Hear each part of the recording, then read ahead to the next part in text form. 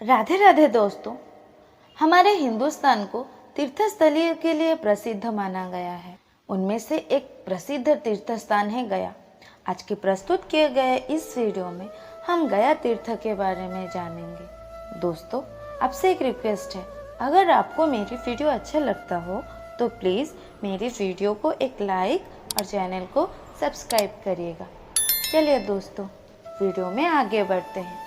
ब्रह्मा जी जब सृष्टि की रचना कर रहे थे उस समय उनसे असुर कुल में गया नामक असुर की रचना हो गई।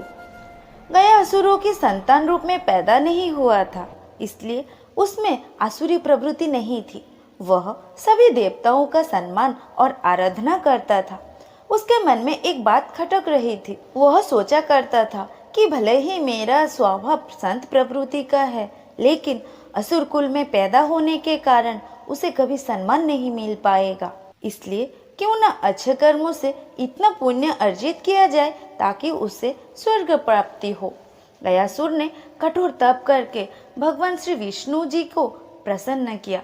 भगवान ने गयासुर को वरदान मांगने को कहा तो गयासुर ने मांगा, भगवान आप मेरे शरीर में वास करें, जो मुझे देखे तो उसके सारे पाप नष्ट हो जाए, वह जीव पुण्य आत्मा हो जाए और उसे स्वर्ग में भी स्थान मिले। तब भगवान श्री हरि से वरदान पाकर गयासुर घूम घूम कर लोगों के पाप दूर करने लगा। जो भी उसे देख लेता उसके सभी पाप नष्ट हो जाते और स्वर्ग का अधिकारी हो जाता। गयासुर के इस कर्म से यमराज की व्यवस्था गड़बड़ा गई। कोई भी घोर पापी गयासुर के दर्शन कर लेता तो उसके सभी पाप नष्ट हो जाते। यमराज उसके कर्मों के अनुसार उसे नरक भेजने की तैयारी करते तो वह गयासुर के दर्शन के प्रभाव से स्वर्ग मांगने लगता। धर्मराज को कर्मों का हिसाब रखने में संकट हो गया था। यमराज ने ब्रह्मा जी से कहा कि अगर गयासुर को अभी न रोका गया तो आपका वह विधान समाप्त हो जाएगा जिसमें आपने सभी को उनके कर्मों के अनुसार फल भोगने की व्यवस्था दी है। पापी भी गयासुर के प्रभाव से स्वर्ग भोगने लगते हैं।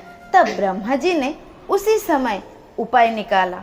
उन्होंने गयासुर से कहा कि तुम्हारा शरीर सबसे अधिक पवित्र है, इसलिए मैं तुम्हारी पीठ पर बैठकर सभी देवताओं के साथ यज्ञ करूंगा।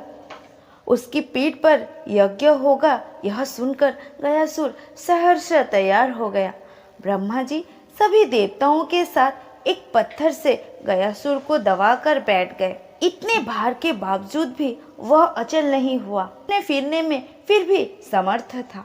देवताओं को चिंता हुई। उन्होंने आपस में सलाह की कि इसे भगवान श्री विष्णु ने वरदान दिया है, तो इसलिए अगर स्वयं श्री हरि भी देवताओं के साथ बैठ जाए तो गयासुर अचल हो जाएगा। तब श्री हरि भी उसके शरीर पर आकर बैठ गए। और क्या था दोस्तों, भगवान श्री विष्णु जी को भी सभी देवताओं के साथ अपने शरीर पर बैठा देखकर गयासुर ने कहा, अब सब देवता और मेरे आराध्य श्री हरि की मर्यादा के लिए अब मैं अचल हो रहा हूँ। सभी जगह घूम घूम कर लोगों के पाप भरने का कार्य बंद कर दूंगा, लेकिन मुझे श्री हरि का आशीर्वाद है, इसलिए वह व्यर्थ नहीं जा सकता। इसलिए श्री हरि आप मुझे पत्थर की शिला बना दे और यही स्थापित कर दे। भगवान श्री हरि उसकी इस भावना से बड़े खुश हुए। उन्होंने गयासुर से कहा, अगर तुम्हारी कोई और इच्छा हो तो मुझसे वरदान के रूप में मांग लो। तब गयासुर ने कहा, हे नारायण, मेरी इच्छा है कि अब सभी देवताओं के साथ अप्रत्यक्ष रूप से इसी शिला पर विराजमान रहे और यह स्थान मृत्यु के बाद किए जाने वाले धार्मिक अनुष्ठानों के लिए तीर्थ स्थल बन जाए। भगवान श्री विष्णु ने कहा, गया तुम धन्य हो, तुमने जीवित अवस्था में भी लोगों के कल्याण का वरदान मांगा और मृत्यु के बाद भी मृत आत्माओं के कल्याण के लिए वरदान मांग रहे हो। तुम्हारी इस कल्याणकारी भावना से हम सब बंध गए हैं। तब भगवान श्री हरि ने आशीर्वाद दिया कि जहाँ गया स्थापित हुआ वहाँ पितरों के श्राद्ध तर्पण आदि करने से मृत आत्माओं को पीड़ा से मुक्ति मिलेगी और इस क्षेत्र का नाम गयासुर के धर्म भाग गया नाम से तीर्थ रूप में विख्यात होगा। मैं स्वयं यहाँ विराजमान रहूँगा। गया तीर्थ से समस्त मानव जाति का कल्याण होगा और साथ ही वहाँ भगवान श्री विष्णु जी ने अपने पैर का निशान स्थापित किया, जो आज भी वहाँ के मंदिर में स्थित है। गया विधि के अनुसार शारद फल्गु नदी के तट पर विष्णुपद मंदिर में व अक्षयवट के नीचे किया जाता है। वह स्थान बिहार के गया में हुआ, जहाँ श्राद्ध आदि करने से पितरों का कल्याण होता है। तो दोस्तों, आप जानते हैं पिंडदान की शुरुआत कब और किसने की? गया के स्थानीय पंडों का कहना है कि सर्वप्रथम सतयुग में ब्रह्मा जी ने पिंडदान किया था। महाभारत के वन पर्व में भीष्म पितामह और पांडवों की गया यात्रा का उल्लेख मिलता है।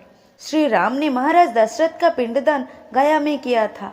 गया के पंडों के पास जो साक्ष्य है, उनसे स्पष्ट है कि मौर्य और गुप्त राजाओं से लेकर चाणक्य, रामकृष्ण परमहंस और चैतन्य महाप्रभु जैसे महापुरुषों का भी गया में ही पिंडदान करने का प्रमाण मिलता है।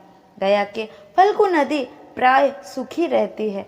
इसके संदर्भ में भी एक कथा प्रचलित है। दोस्तों, उस कथा के बारे में आइए जानते हैं। श्री राम अपनी पत्नी सीता जी के साथ पिता दशरथ का श्राद्ध करने गया धाम पहुँचे। श्री राम श्राद्ध कर्म के लिए आवश्यक सामग्री लाने वे चल गए। तब तक राजा दशरथ की आत्मा ने पिंड की मांग कर दी थी। फल्गु नदी तट पर अकेली बैठी माता सीता जी अत्यंत असमंजस में पड़ गई। माता सीता जी ने वहां उपस्थित फल्गु नदी, गाय, बट वृक्ष और केतकी के फूल को साक्षी मानकर पिंडदान कर दिया। जब श्री राम जी आए तो उन्हें पूरी कहानी सुनाई, परंतु भगवान को विश्वास नहीं हुआ। तब जिन्हें साक्षी मानकर पिंडदान किया गया था, उन सबको सामने लाया गया। उनमें से पंडा, फल्गु नदी, गाय और केतकी फूल ने झूठ बोल दिया, परंतु अक्षयवट ने सत्यवादिता का परिचय देते हुए माता की लाज रख ली। उसके बाद उन सबके झूठ से क्रोधित होकर माता सीता जी ने फल्गु नदी को श्राप दे दिया कि तुम सदा सुखी रहोगी, जबकि गाय को मैला खाने का श्राप दिया। केतकी के फूल को पितृ पूजन में निषेध का और बट वृक्ष पर प्रसन्न होकर सीता जी ने उसे सदा दूसरों को छाया प्रदान करने व लंबी आयु का वरदान दिया। तभी से ही फल्गु नदी हमेशा सूखी रहती है, जबकि बट वृक्ष अभी भी तीर्थयात्रियों को छाया प्रदान करती है। आज भी फल्गु तट पर स्थित सीता कुंड में बालू का पिंड दान करने की परंपरा संपन्न होती है। दोस्तों, ऐसे रोचकमय बातें जानकर आपको कैसा लगा, कमेंट बॉक्स में ज़रूर बताइएगा। फिर मिलते हैं दोस्तों हमारे अगले वीडियो में। राधे राधे।